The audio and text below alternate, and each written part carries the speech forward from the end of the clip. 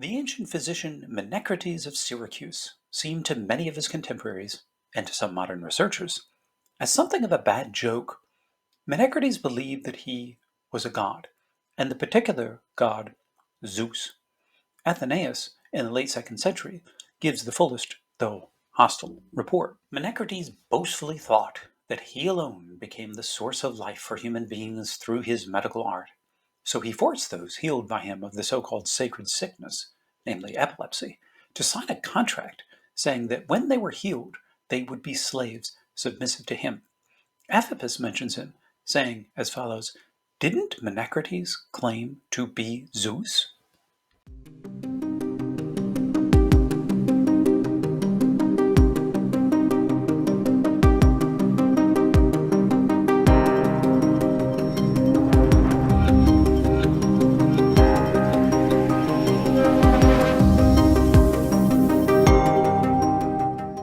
We learn from the Byzantine encyclopedia called the Suda that Menecrates required no money from those he healed.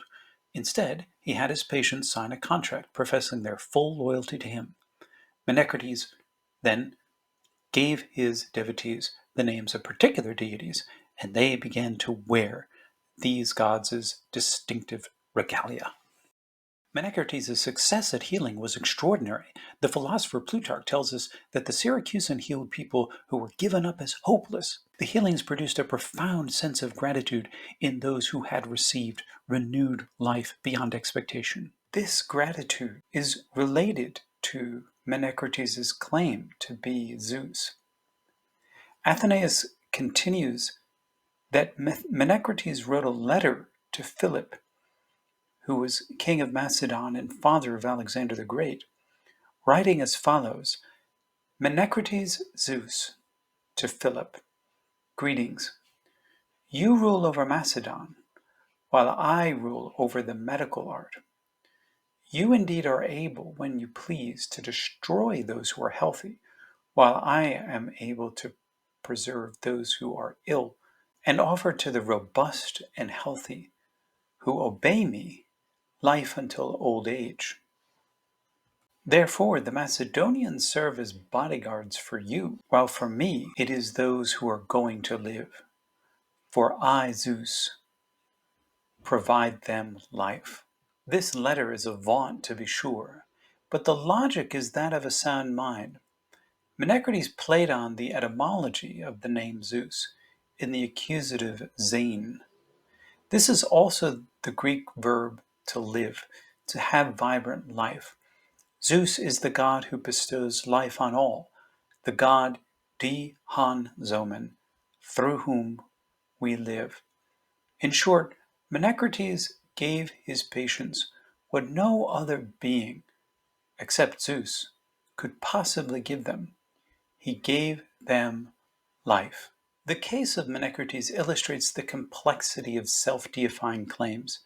Here we have a doctor who, far from being insane, heals others from a horrible neurological disorder.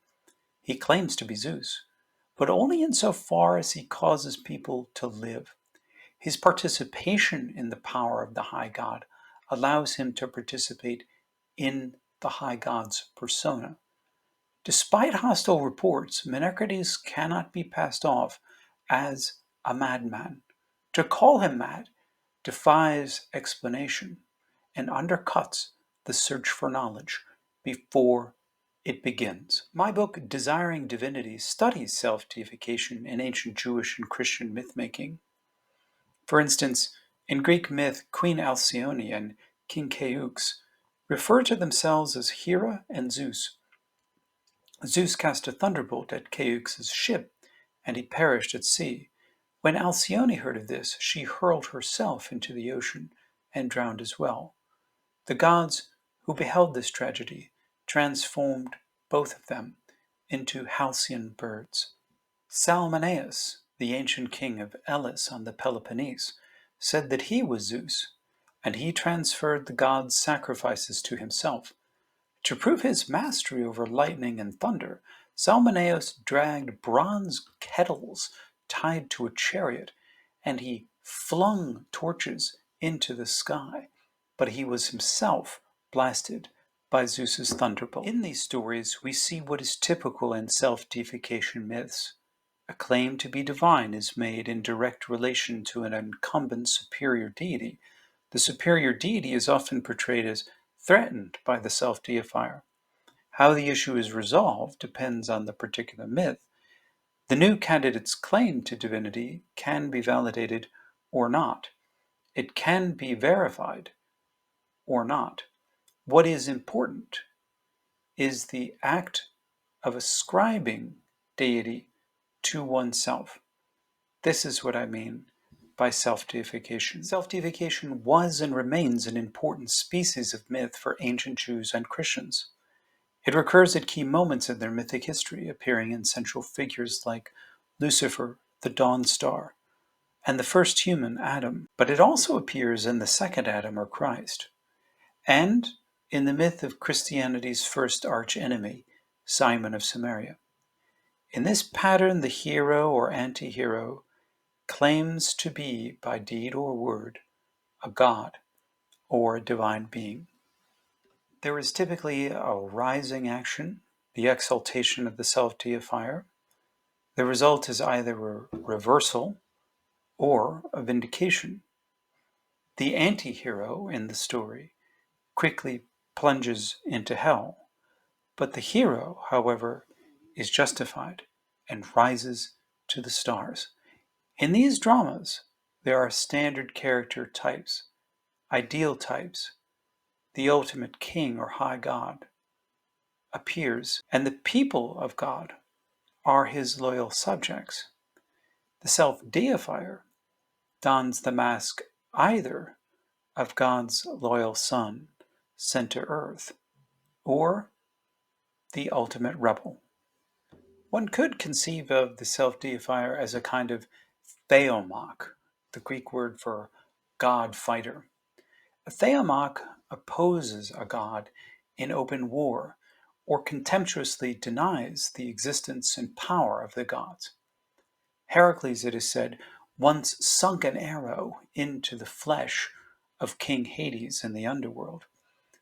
And King Mezentius, in Roman myth, despised all the gods. Capaneus prayed to his right hand as the only present divinity. But the self-deifier is still more complex. Sometimes the self-deifier does not fight against the high god at all. Often, he's part of God's army, or even serves as God's commander-in-chief. He is not impious, but blessed, not cursed, but acquitted of all pride. It must be stressed then that there are two kinds of self-deifier: the self-deifier as God's opponent, and the self-deifier as God's ally. In one ideal type, the self-deifier is part of a larger category of myth, which can be called the cosmic rebel. Cosmic rebellion occurs when a demigod, king, or monster rebels against another, typically older god. War ensues, coupled with destruction.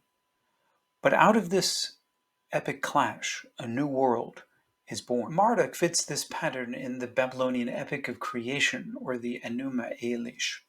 He opposes the monstrous mother goddess of old, stuffs her with wind, then pops her like a giant balloon, and then he takes over the cosmos as king of the gods. Zeus, wielding the lightning bolt of the Cyclopes, overcomes his father Kronos and takes the throne of Olympus. Subsequently, Typhon, a kind of Greek Godzilla, only much worse, rebels against Zeus. He succeeds for a time, robbing Zeus of his sinews, but in the end, he is imprisoned under a Sicilian volcano. Other rebels then emerge against heaven's fabled king. The giants, born from earth, raise war against heaven. The 50-foot Otis and Ephialtes pile Mount Ossa upon Mount Pelion to mount the stars. Bellerophon tries to scale clouds on his fabulous winged horse. In these cases, the rebel is often already a god, but a subordinate or younger god who challenges the king of the pantheon. There's a battle of gods, or theomachy. Either the rebel is thrown down, or he becomes king in place of the old deity. In the latter scenario, the myth of rebellion becomes a myth of succession. One god successfully uproots another and is coronated as cosmic king. The pattern of rebellion and succession can then repeat itself in endless cycles. When the rebel is a figure who explicitly claims divinity or the divine power of the reigning god, a myth of self-deification is born.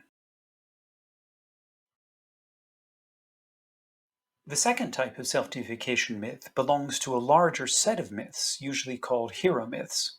The hero is son or child of the high god, destined to inherit the kingdom of his divine father. The son typically manifests in human form, is subject to human emotions, and develops a human self-understanding. When the hero is too powerful or too wild to fit into society, he embarks on a journey. He faces opposition in the world, often in the form of monsters or demons. People spurn and reject his person and fear his extraordinary powers. Steeled by opposition, the divine son proves his true nature, and, when made good, rises to heaven. The archetypal deified hero in Greek myth is Heracles. This archetypal strongman is a mixed breed, half human, half god.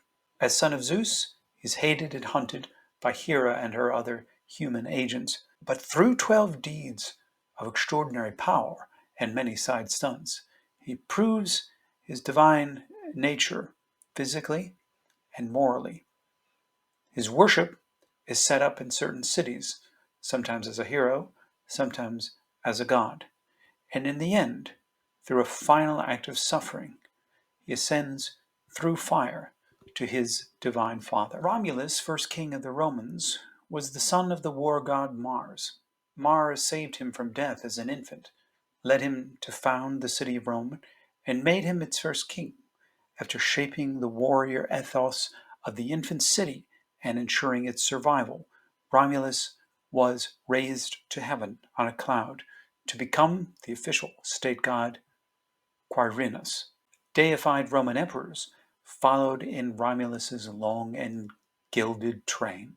These, then, are the two ideal types of self-deification: the self-deifier as rebel and the self-deifier as hero. If the self-deifier is a rebel, he tends to represent consummate disorder, a disorder usually restored with shock and awe by a higher divine power. If the self-deifier is a hero, he arrives to restore his father's order in a world of ignorance and wrongdoing. The fates of the two self-deifiers are fundamentally different. The rebel is eventually shunned and exorcised from the community, while the hero, though persecuted, finally rises to the stars. One could study myths of self-deification in a variety of cultures. The myths I study in Desiring Divinity all derive from the culture of the ancient Near East and the broader Mediterranean world. The myths can be classified as biblical, though not all of them found their ways into the Jewish and Christian canons. They developed in a specific era of time, from the 6th century BCE to the 3rd century of the Common Era. In large part, the myths are Jewish or inspired by Jewish sources. Beginning in the 1st century CE, Christians adopted the mythic theme of self-deification from this broader Jewish culture. In part, they modified the myth so that it could also fit their hero, Jesus. As a whole, however, Christian myths of self-deification remain very Jewish in color, even when they are turned against the Jews. In Desiring Divinity, I study 6 self-deifying figures: the primal Adam in Ezekiel 28, Lucifer in Isaiah 14, Yaldabaoth in Gnostic mythology, Jesus in the Gospel of John, Simon of Samaria, and the Gnostic Allogenes. The first 3 are classified as self-deifying rebels. The latter 3 fit the hero type of self-deification. I don't posit any evolutionary scheme between these two types. Both kinds of self-deification myth existed simultaneously in dynamic interaction. Since the Enlightenment, many scholars have tried to extract the real history from the mythicized characters in Jewish and Christian literature. They have aimed to reconstruct the true or most historically plausible Jesus, Simon of Samaria, and so on. I too wish to distinguish history, roughly an account of what happened, from mythic templates that haunt historiographical discourse, but I don't treat these templates as secondary or unimportant. To the contrary, they are all important insofar as they shape the structure of how history is told. What unites my book is attention to a certain type of mythology, self-deifiers, and attention to the primary social meanings of these myths in their varied ideological import. The figures studied are all vastly important for early Jewish and Christian mythology and identity formation, and that project of identity formation continues today. Desiring Divinity attempts to redescribe, and in many cases to reclassify, important figures such as Jesus as self-deifiers. Undergirding my book is a consistent theoretical outlook. All the self-deifiers studied are viewed as mythic constructions, key players in the larger world of Jewish and Christian mythology. I understand myth as ideology in narrative form. Myths of self-deification, then, encode social, political, and religious ideologies rooted in concrete practices. At the same time, myths do not support a single ideology, but they tend to uphold diverse, conflicting, and often ambiguous human intuitions. The myths we tell are political. They're not about disconnected, sacred realms that tell us nothing instructive about the order of our world, the nature of reality, or the origin and destiny of our human family. To be sure, myths aim at anonymity, and thus they try to conceal their authors. Nonetheless, myths are deeply rooted stories aimed to persuade you, their audience, and to shape your perceptions of real or historical reality. Myth makers readily modify and reshape traditional tales to explain, justify, and to naturalize current socio-political arrangements. Their myths provide pre-existing cultural hierarchies with an aura of ontological necessity. They define what fundamentally is or must be with regard to the world, the divine, and humanity. Myth-making is at least partially ideal-making, a process in which ideal types function to reproduce and generate social values. Such ideals are both models of and models for your reality. They help to construct your reality with a normative value for a living community. Myths are not false stories, but they are perceived as true, and true even in an absolute sense, by the communities which uphold them. Real myths, I mean the myths that function as reality in our society, can be described as tales with a surplus of authority. They are, in fact, so saturated with facticity that in many cases people don't even question them or understand these stories as myths at all. They accrue authority because they are both traditional, that is, passed on in a community, and believed, though not necessarily in a literal sense. And of course, biblical myths have the additional clout afforded by canonization. Because myths can be modified, often regularly and purposefully, they belong to a volatile field of contestation in which multiple contestants jockey for acceptance, each of them being situated, partial, and self-interested. Myths of self-deification are ideological battlegrounds, since they deal with figures that, depending on the values of the myth makers, are either glorified or demonized, subtly imitated or violently denounced. Myths of self-deification activate different attitudes and encode variant messages, some of them inverting and subverting previous myth-making. Desiring Divinity tells the story of at least 3 inversions. Most Jewish and Christian self-deification myths follow the rebel type, the self-deifier who rebels against the high God and meets a horrible doom. This pattern was inverted when Christian Gnostics took the Jewish God Yahweh, dubbed Yaldabaoth, and understood him as the first or archetypal self-deifier who rebels against a higher God. The self-deifying hero, who is in this case Jesus, is a second inversion of the rebel type. Unlike the Synoptic Gospels, the Gospel of John presents Jesus as openly claiming to be divine. He boldly declares, "I am," a designation representing Yahweh's eternality and most sacred name. In Simonian mythology, Simon of Samaria makes a similar claim by calling himself the Standing One, the eternal God. Instead of being worshipped, however, Simon is pilloried by Christian mythographers as a competitor to Christ, the first heretic and antichrist. The Book of Allogenes in Nag Hammadi Codex 11 inverts this heresiological mythography. Allogenes is the paradigm Gnostic, and he shows that self-deification, though real, is not rebellion against God. Instead, self-deification is, in fact, the self-realization and an act of self-creation that is welcomed by the primal deity. The ideologies latent in these myths encode information about early Jewish and Christian social formations. A social formation is an activity of experimenting with, authorizing, and reconstituting widely circulated ideal types.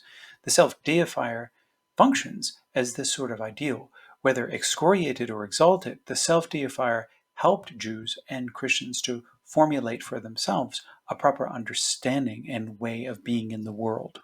Telling myths of the self-deifier served either as the community's ritual exorcism of tyrannical forces or as a controlled means for its members to imaginatively transcend normal human limitations.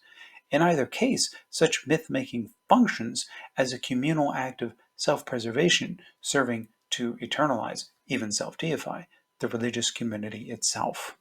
My book takes self-deification seriously as an intuition of our higher nature. In Christian culture, to call oneself a god is not only mad, but blasphemous. To call someone mad is to dismiss them. To call someone blasphemer is to exorcise them. The blasphemer must be dealt with, usually by some sort of ritual execration or even execution. It is this impulse toward exorcism that undermines the academic study of self-deification even more than the claim of insanity. For in this case, even in a non-sectarian academic environment, religious ideology determines from the outset what people think about the topic, if it is considered worthy of discussion at all. For any neutral study of self-deification, then, one must learn to forget what religious ideologues and moralists of every age have emphasized, that the self-deifier is the greatest example of pride and human fallenness. All of this is myth, and our myth, a myth we must no longer assume, but subject to critical analysis. We do so first by an act of purification, which wipes the slate of knowledge clean, thereby allowing us to patiently begin again at the beginning. Self-deification is not the problem. We are already gods, but we know it not. The problem is that some understand godhood solely in terms of personal or political power and then use that power over others. The Christian tradition does not reject self-deification as such, for Jesus is himself a deifier. It rejects the arrogant assumption of power. But in Christian mythology, humans attaining godhood was the plan all along, as we learn from writers like Theophilus of Antioch and from the work called Testament of Adam. In this particular work, God does not jealously kick out the Gnostic Adam from the Garden of Eden. Instead, God says, Adam, Adam, do not fear. You wanted to be a god. I will make you a god. I will set you at the right hand of my divinity, and I will make you a god, just like you wanted.